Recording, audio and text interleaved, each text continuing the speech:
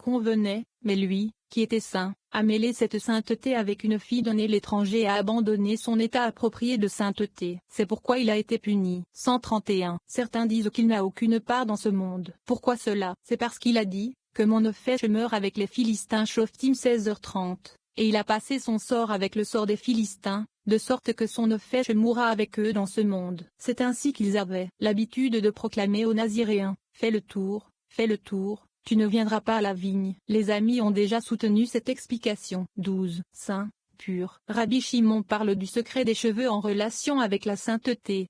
132. Voici ce qui est écrit au sujet des Lévites, et tu leur feras ainsi, pour les purifier, tu les aspergeras d'eau de purification, et ils se raseront toute leur chair Bamidbar 2.7. Dès qu'ils se rasent les cheveux et accomplissent tout cela, les Lévites sont considérés comme purs mais pas saints. Mais dès que le Naziréen s'isole du côté de la gauche, il est considéré comme saint et non pur. Ainsi, il est écrit, tous les jours de son vœu de séparation, pendant lesquels il se sépare d'Hachem, il sera saint Bamidbar 2.5.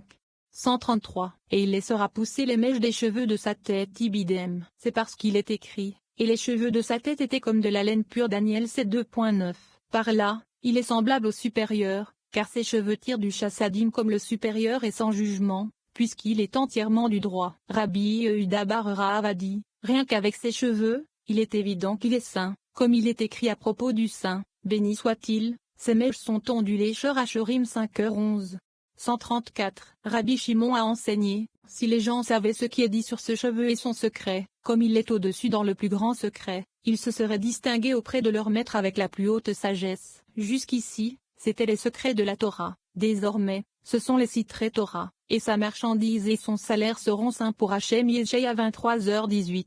Point l'avant-propos de l'Hydra Rabbah. Rabbi Shimon explique aux amis ce qu'il souhaite leur révéler et les invite à une nouvelle compréhension. Il est angoissé par la question de savoir s'il doit révéler des secrets, jusqu'à ce que Rabbi Abba le rassure en lui disant que les amis craignent tous Dieu. Rabbi Shimon dit au rabbin que le moment est venu d'agir pour Dieu car les gens ont abandonné sa Torah. Il parle du conteur qui n'est pas stable dans son esprit et qui n'est pas digne de recevoir des secrets et il l'oppose à un esprit fidèle qui est stable et qui cache des choses. Lorsque Rabbi Shimon commence à révéler des secrets, la place tremble et les amis tremblent. On nous a appris que Rabbi Shimon a dit à ses amis, combien de temps resterons-nous soutenus par un seul pilier, signifiant dans le sens du monde sans fin, Eb. Tohu, dans lequel les 7 séphirotes inférieures étaient en une seule pile, l'un au-dessus de l'autre. Rabbi Shimon souhaitait leur révéler la signification des grades dans le monde de la correction, qui consiste en 3 piliers, la signification cachée des 3 colonnes, droite, gauche et centrale. Il est écrit, il est temps d'agir pour Hachem, ils ont annulé ta Torah Tehillim 119 2.126. Les jours sont courts et le maître du péché, c'est-à-dire le procureur, fait pression. Chaque jour, la proclamation de repentance retentit et les moissonneurs du champ sont peu nombreux, c'est-à-dire ceux qui ont mérité la moisson du champ suprême, le Malkout, qui est la compréhension des secrets de la Torah. Eux, même ceux qui ont compris, sont situés à la fin de la vigne, qui est Malkout. Même eux ne font pas attention et ne savent pas où ils vont. 2. Rassemblez-vous, amis, vers le trône, vêtus de boucliers, avec des épées et des lances dans vos mains, ce qui est le secret des unifications pour détruire le clipo. Dépêchez-vous de faire vos corrections, c'est-à-dire dépêchez-vous de rétablir les 3 colonnes, Shoma, Bina, Dat, Zed, Vura, Tiferet, Netza, Od et Ezod avec des conseils, avec de la sagesse, avec de l'intelligence, avec de la connaissance, avec de l'apparence, avec des mains, ce qui est le secret de Zed, Vura et Tiferet et avec les pieds, ce qui est le secret de Netza. Od et Ezod. Nommez comme roi sur vous quelqu'un qui a l'autorité de la vie et de la mort pour décréter des paroles véridiques, des paroles que les saints supérieurs écouteront et qu'ils seront heureux d'entendre et de connaître. 3. Rabbi Shimon s'assit et pleura. Il dit, malheur si je révèle et malheur si je ne révèle pas. S'il ne révèle pas, les nouvelles compréhensions de la Torah se perdront, et s'il révèle, peut-être que quelqu'un qui n'est pas digne des significations cachées de la Torah pourrait entendre. Les amis qui étaient présents ont gardé le silence. Finalement, Rabbi Abba s'est levé et lui a dit, si mon Seigneur a la grâce de révéler, voici ce qui est dit, le secret d'Hachem est avec ceux qui le craignent. Tehillim 25 2.14. Ses amis craignent le Saint. Béni soit-il. Ils sont déjà entrés dans la chambre de votre résidence. Nous avons appris que certains d'entre eux sont entrés dans cette grande chambre et que d'autres en sont sortis, mais pas tous, car 3 de ses amis sont décédés.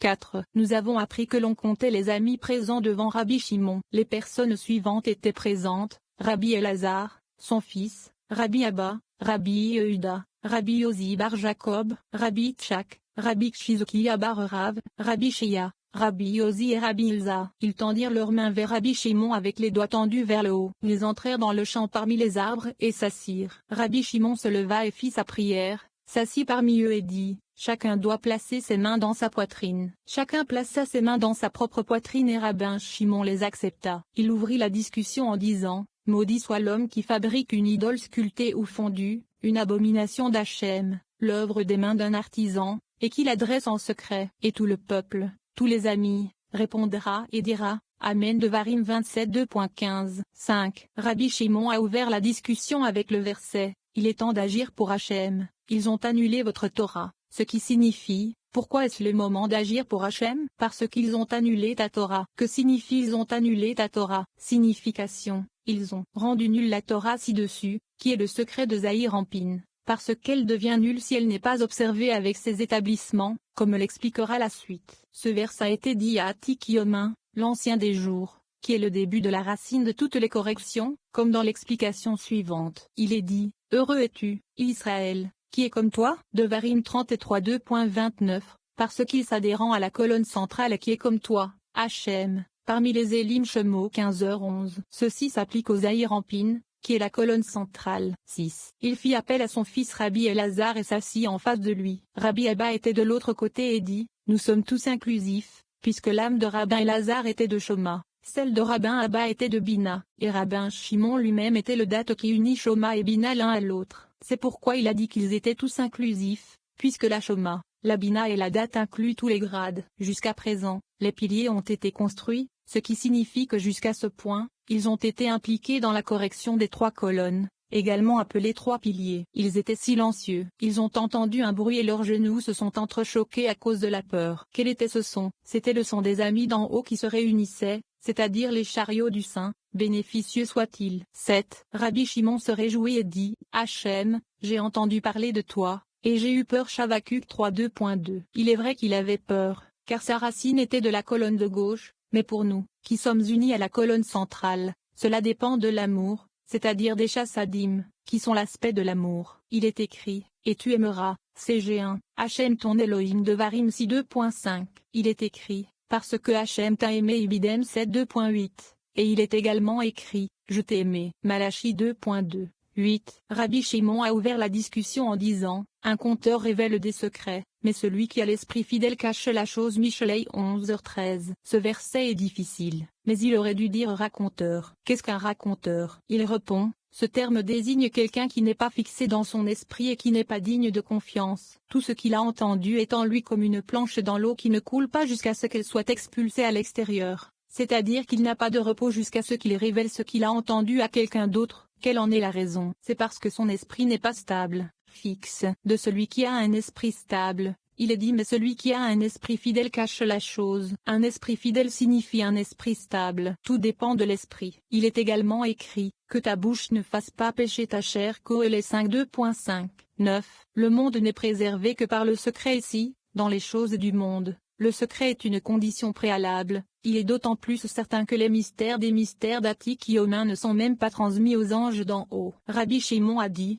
aux cieux, je ne dis pas d'écouter. À la terre, je ne dis pas d'écouter, puisque nous maintenons les mondes. C'est-à-dire que Moïse et Isaïe ont fait des cieux et de la terre des témoins pour punir les enfants d'Israël s'ils ne maintiennent pas les mondes, pour que les cieux ne donnent pas leur pluie et la terre ses récoltes. Mais le rabbin Shimon s'adressait aux justes, qui maintiennent le monde et n'ont pas besoin de témoins. Nous avons appris les mystères des mystères. Quand Rabbi Shimon a commencé avec les secrets des secrets, la place a tremblé et les amis ont tremblé. 2. Et voici les rois. Rabbi Shimon commence par dire que les amis sont bénis et qu'à eux sont révélés les secrets intérieurs de la Torah qui n'ont même pas été révélés aux anges. Le sujet dont il est question ici est la mention des rois d'Édom qui ont régné avant que les enfants d'Israël n'arrivent et n'aient un roi. Le secret de ceci fait allusion au monde suprême et à l'époque avant que ces corrections ne soient maintenues. Tous ces rois d'Édom sont morts. Rabbi Shimon termine en parlant de la création de la Torah.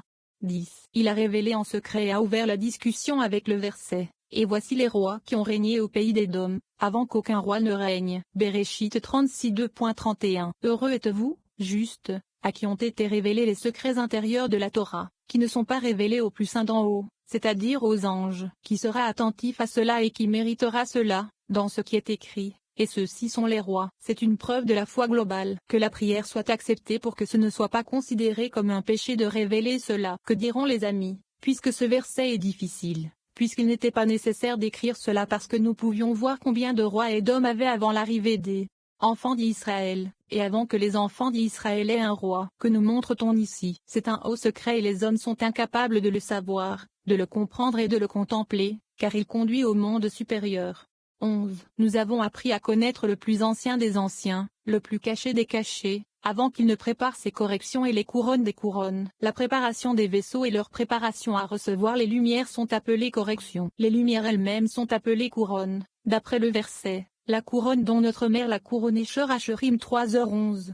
Il n'existait pas encore de début ni de fin, qui sont le Shoma supérieur, le début de la révélation, et le Shoma inférieur, la fin de la révélation. Il entaillait et en estimait les limites. C'est-à-dire qu'il révélait le commencement et la fin. Il traça une limite et en elle il marqua et mesura des rois. 12. Ces corrections n'ont pas été maintenues. C'est ce qui est écrit. Voici les rois qui régnèrent au pays d'Édom, avant qu'aucun roi ne régnât sur les enfants d'Israël, c'est-à-dire avant le premier roi qui régna sur les premiers enfants d'Israël. Tous ceux qui ont été enregistrés ont été appelés par leur nom mais n'ont pas vécu. Puis, après cela, il les a abandonnés et les a cachés. Il a été élevé par cette limite et établi avec ses propres corrections. 13. Nous avons appris que lorsque son souhait s'est réalisé, le souhait de l'émanateur, de créer la Torah, elle a été cachée pendant 2000 ans et il l'a produite, c'est-à-dire l'a créée. Elle lui a immédiatement dit, celui qui veut restaurer et accomplir, qu'il s'occupe d'abord de ses propres corrections. 3. Attika de Attikin. Rabbi Shimon raconte ce que le livre caché a révélé sur le plus ancien des anciens, et comment la lumière éclairante de la blancheur du crâne dans la tête de Hari Campine est l'héritage des justes dans le monde à venir.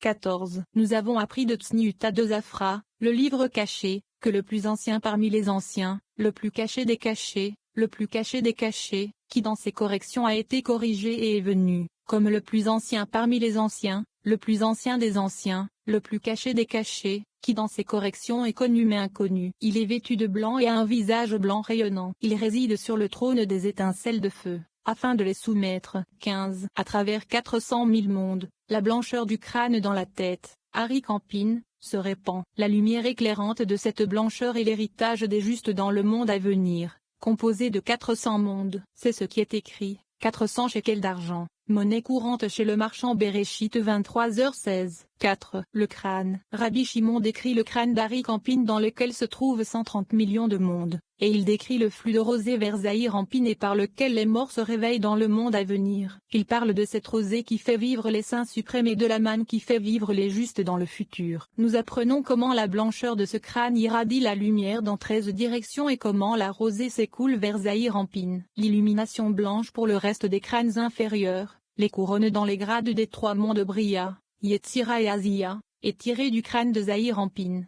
16. Dans le crâne, qui est Keter d'Hari Campine, résidant 13 000 fois 10 000, 130 millions, mondes qui se déplacent sur des pieds et sont soutenus par eux. De ce crâne, des gouttes de rosée coulent chaque jour vers l'extérieur, Zahir Ampine, et remplissent la tête chaque jour, comme il est écrit, car ma tête est remplie de rosée. Shur-Hashurim 5.2. 17. De cette rosée, qui est à l'extérieur, et que Zahir Ampine secoue de sa tête, les morts se réveillent à la vie dans le monde à venir, comme il est écrit, car ta rosée est comme la rosée des herbes. Aussi, des lumières, Yeshaïa 26.2.19.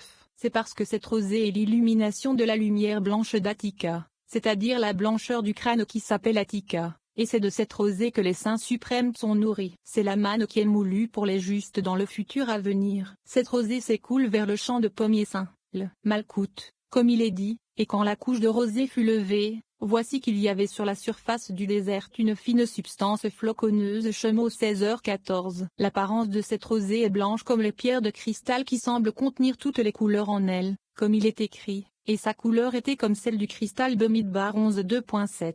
18. La blancheur de ce crâne, le Keter d'Hari Campine, irradie la lumière vers les 13 directions gravées autour de lui, 4 directions de ce côté de la face, 4 directions de ce côté de la face, à droite et à gauche du crâne, sur le côté opposé à la face avant, et 4 directions sur le côté arrière. Une direction se trouve sur le dessus du crâne, au centre, entre la droite et la gauche. 19.